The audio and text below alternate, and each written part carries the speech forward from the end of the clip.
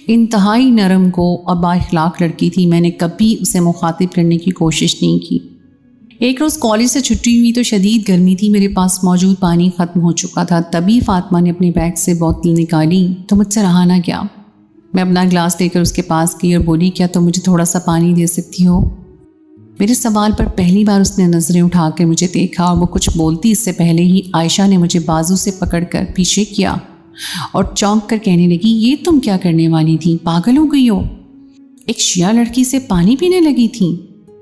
عائشہ کی بات سنی تو مجھے جھٹکا سا لگا۔ ایک نظر اس لڑکی پہ ڈالی، مجھے تو خبر ہی نہیں تھی کہ وہ شیعہ ہے۔ میں نے عائشہ سے کہا کہ کیا ہو گیا، پانی تو مانگا ہے، اس میں کیا ہے؟ وہ فوراً طنزیہ ہنس کر کہنے لگی، جانتی بھی ہو اس نے پانی میں کیا کیا ملایا ہوگا؟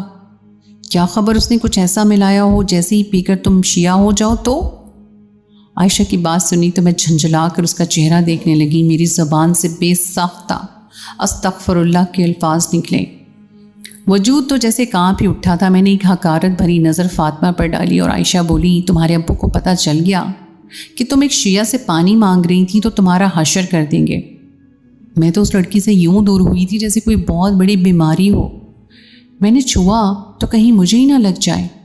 میں پانی پیے بغیر ہی عائشہ کے ساتھ کالج سے نکل آئی۔ ذہن میں کئی سوالات تھے اور اس کے زمانہ ازل سے گردش کرتے جوابات بھی۔ ہمارے ہاں شیعہ کا ذکر عام طور پر محرم کے مہینے میں ہی کیا جاتا ہے۔ اس سے پہلے بھی دینی اور دنیاوی کاموں میں اس قدر مصروف ہم ہوتے ہیں کہ کسی کو اپنی ذات کی بھی پرواہ نہیں ہوا کرتی۔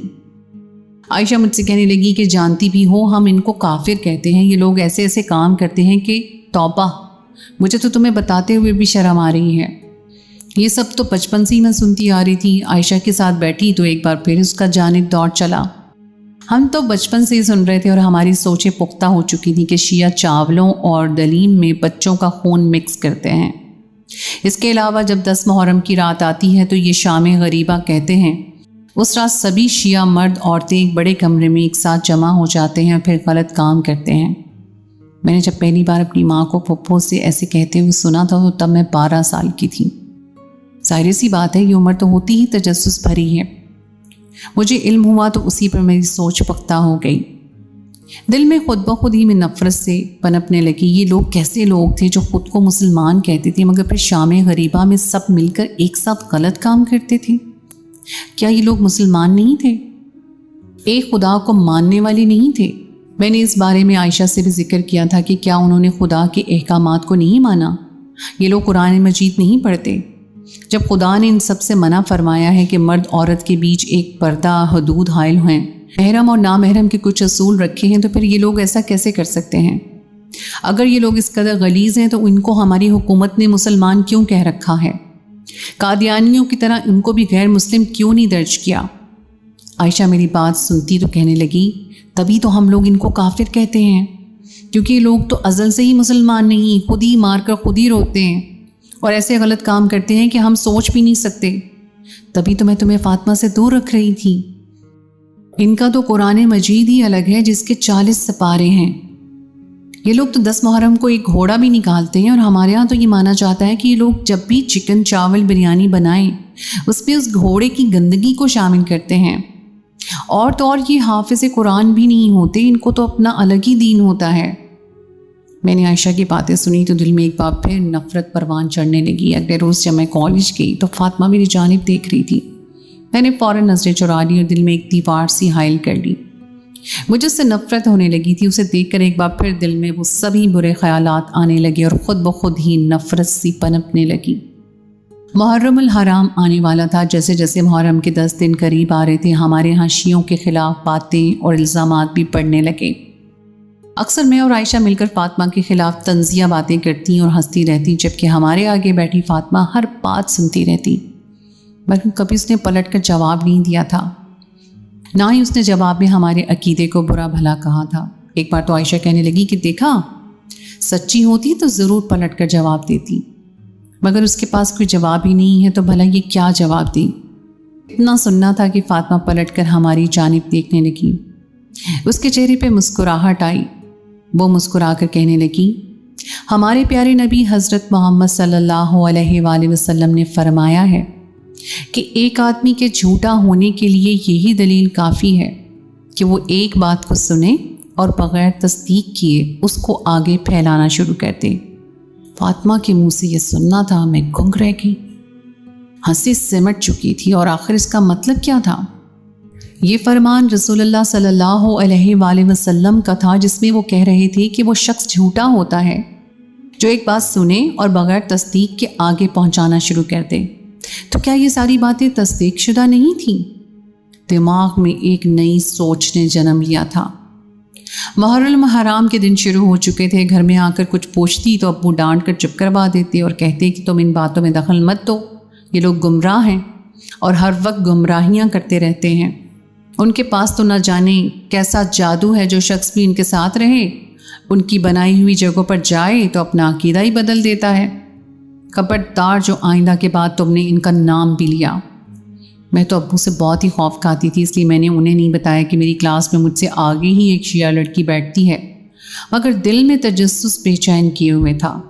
میں دین کو جانتی تھی، حافظ قرآن تھی، اس لیے نہ جانے کیوں مجھے لگا کہ مجھے فاطمہ سے بات کرنی چاہیے، اس کے عقیدے کو جاننا چاہیے، کیونکہ رسول اللہ صلی اللہ علیہ وآلہ وسلم کا فرمان مجھے کئی روز سے بے چین کیے ہوئے تھا۔ ایک روز عائشہ چھٹی پر تھی تو میں فاطمہ سے کہنے لگی کہ تم نے قرآن مجید نہیں پڑھا کیا؟ میری بات سن کر اس نے چونک کر میری جانب دیکھا اور کہنے لگی کیوں؟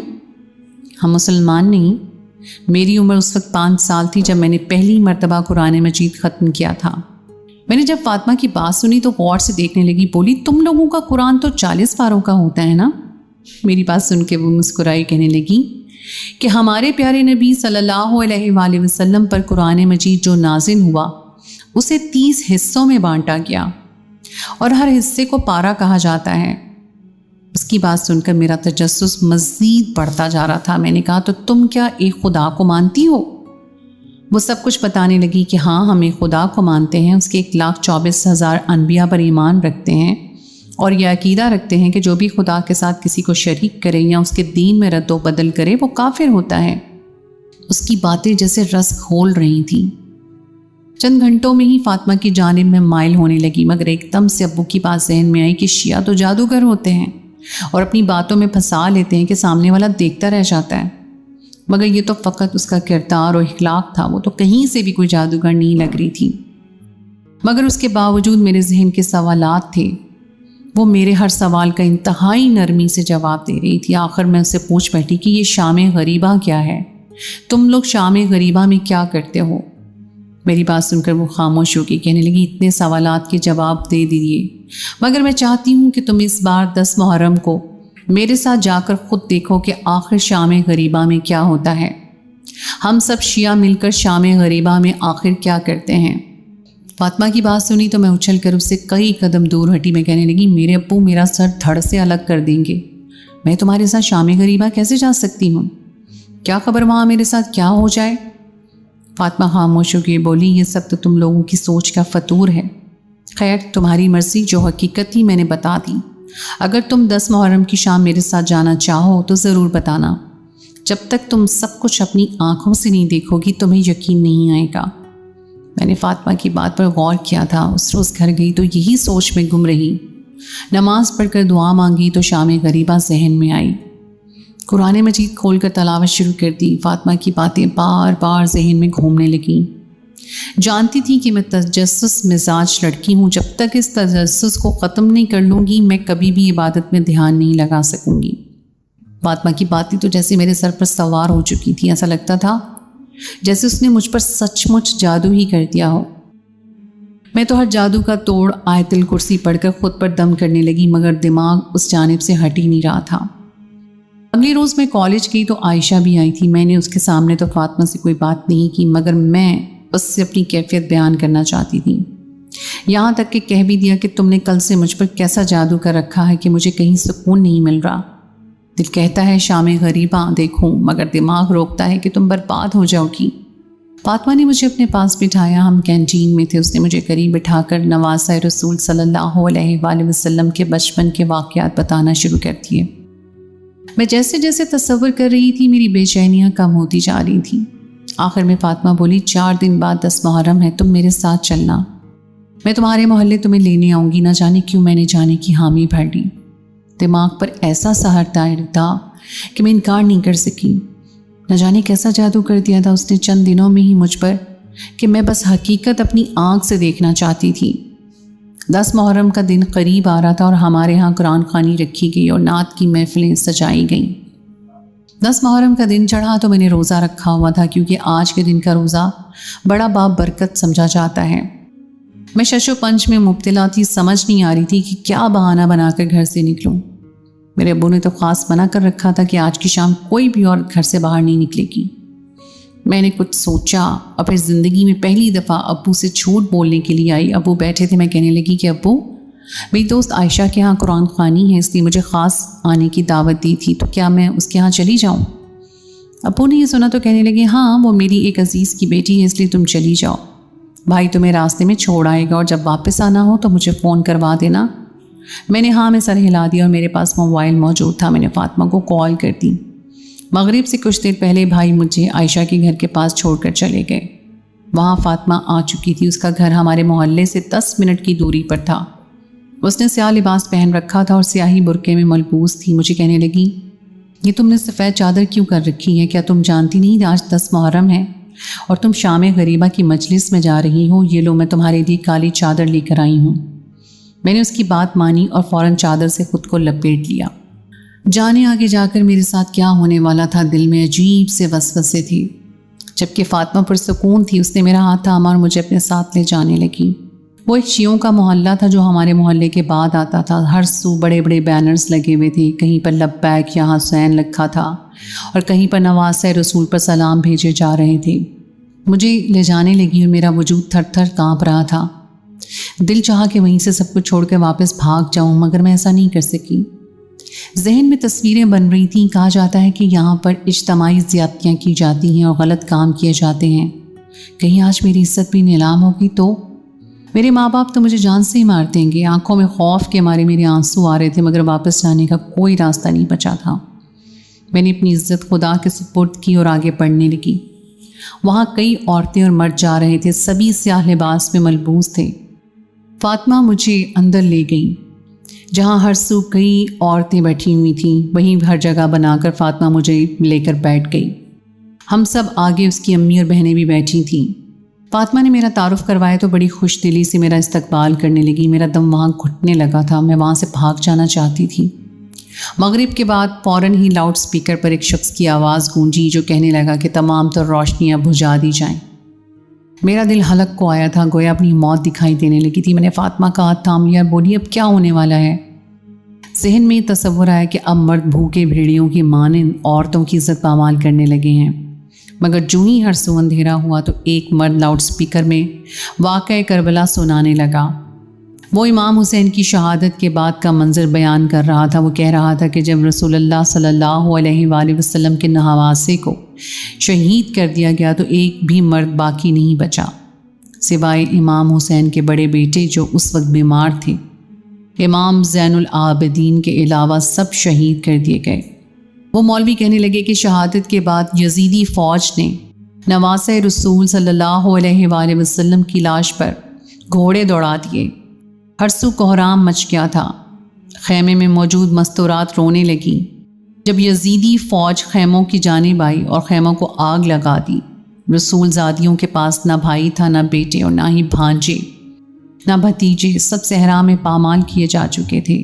خیموں کو آگ لگی تو سب چیخ و پکار بلند کرتی باہر کی جانب دوڑی۔ ایک خیمے میں امام حسین کے بڑے بیٹے موجود تھے۔ سیدہ زینب نے جب اپنے بھتیجے کا خیمہ جلتے دیکھا تو بیمار بھتیجے کو کندھوں پر اٹھا کر باہر آئیں تاکہ بھائی کی آخری نشانی بچا سکیں۔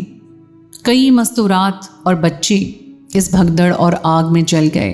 امام حسین کی 4 سالہ بیٹی بی بی سکینہ، جن کے برقعے میں آگ لگ چکی تھی، وہ اپنے بابا کا نام لے کر روتی مدد کو پکار رہی تھی۔ ہر سو خیموں کا سیاہ دھواں اور اندھیرا پھیل چکا تھا۔ معصوم بچی بابا کے پامال وجود کے پاس جا کے روتی رہی، زخمی کان دکھاتی، جلا کرتا دکھا کر روتی رہی کہ بابا میں یتیم ہو گئی ہوں۔ چمڑ نے بالیاں چھین لیں، خیمے جلا دیے۔ اس منظر کو شام غریبہ یعنی غریبوں کی شام کہا جاتا ہے، اور 10 محرم کی یہ شام جب منظر کشی تصور کی جاتی ہے تو روشنیاں بجھا دی جاتی ہیں تاکہ آپ کا ذہن اس پل کربلا کا منظر دیکھ سکے۔ میں نے جب یہ سنا تو مجھے سبھی عورتوں کو روتا دیکھ کر حیرت تو یہ تھی کہ میری آنکھوں سے بھی آنسو نکل آئے۔ میں نواز رسول پر ڈھائے مظالم سن کر برداشت نہیں کر سکی۔ دل سے بے ساختہ کروڑوں بار درود و سلام ان کی ذات کے لیے نکلے۔ 30 منٹ تک اندھیرا رہا، پھر روشنی ہو گئی۔ نہ مرد تھا وہاں، نہ ہی 8-9 سال سے کم عمر بچے کو وہاں آنے کی اجازت تھی۔ یہاں تو مرد و خواتین کے بیٹھنے کا بھی الگ الگ انتظام تھا۔ شام غریبہ کی مجلس ختم ہوئی تو کئی حقائق مجھ پر آشکار تھے۔ میں خود کو پرسکون محسوس کر رہی تھی۔ رسول اللہ کے ایک فرمان پر میں نے عمل کر لیا تھا اور یہی سیکھا کہ بغیر تحقیق الزام تراشی کرنا غلط ہے، اور نہ ہی اس جھوٹ کو پھیلائیں جب تک حقیقت آنکھوں سے نہ دیکھ لیں۔ فاطمہ نے مجھے بحفاظت اپنی ماں اور بھائی کے ہمراہ گھر سے کچھ دوری پر چھوڑا۔ میں کچھ نہیں بولی، خاموشی سے گھر چلی آئی۔ ذہن کی ساری غلاظت دھل چکی تھی۔ نہ جانے آج کے دور میں بھی کیسے لوگ ایسی باتوں پر عمل کر لیتے ہیں۔ یہ تو فقط واقعہ کربلا کی یاد تازہ کرتے تھے اور 1400 سال سے کرتے آ رہے تھے۔ کہا گیا شیعوں نے ہی قتل کیا تھا، مگر میں تو سننی تھی، پھر میری آنکھ سے آنسو کیوں نکل آئے تھے۔ خیر، شام غریبہ کی حقیقت کھل چکی تھی۔ سب کی سوچ نہیں بدل سکتی میں، مگر سوچ لیا تھا جب میری اولاد ہوگی تو میں ان کو کسی خاص فرقے مسلک کے خلاف نہیں بھڑکاؤں گی، بلکہ حقیقت بتاؤں گی۔ انہیں سب کا احترام کرنا سکھاؤں گی۔ یہی تو درس اسلام ہے۔ حق تو چھپائے نہیں چھپتا۔ مکہ کے کافر لوگ نعوذ باللہ رسول اللہ صلی اللہ علیہ وآلہ وسلم پر الزام لگایا کرتے تھے کہ یہ جادوگر ہے، جو بھی ان کے پاس جائے مسلمان ہو جاتا ہے۔ در حقیقت وہ حقیقت سے آگاہ ہو جاتا تھا، اسی لیے مسلمان ہو جاتے تھے۔ میں نے اپنا عقیدہ نہیں بدلا تھا، بس اپنی سوچ بدلی تھی۔ مگر اس محرم کے بعد ہر محرم میں اپنا زیادہ تر وقت دینی کتب سے واقع کربلا پڑھنے اور محمد صلی اللہ علیہ وآلہ وسلم اور آل محمد صلی اللہ علیہ وآلہ وسلم کی زندگیوں کو پڑھنے میں صرف کرنے لگی۔ تو دوستو، یہ تھی میری آج کی کہانی۔ امید ہے آپ کو آج کی کہانی پسند آئی ہوگی۔ کہانی اچھی لگے تو اس کو لائک ضرور کیجیے، اپنے دوستوں کے ساتھ شیئر کیجیے۔ اگر آپ نے ابھی تک میرے چینل کو سبسکرائب نہیں کیا تو اس کو فوراً سبسکرائب کر لیجیے۔ ساتھ ہی لگی بیل کے بٹن کو پریس کر دیں تاکہ آپ کو میری آئندہ آنے والی کہانی کا نوٹیفیکیشن بر وقت مل سکے۔ اگلی کہانی تک کے لیے مجھے دیجیے اجازت۔ خدائے پیمان۔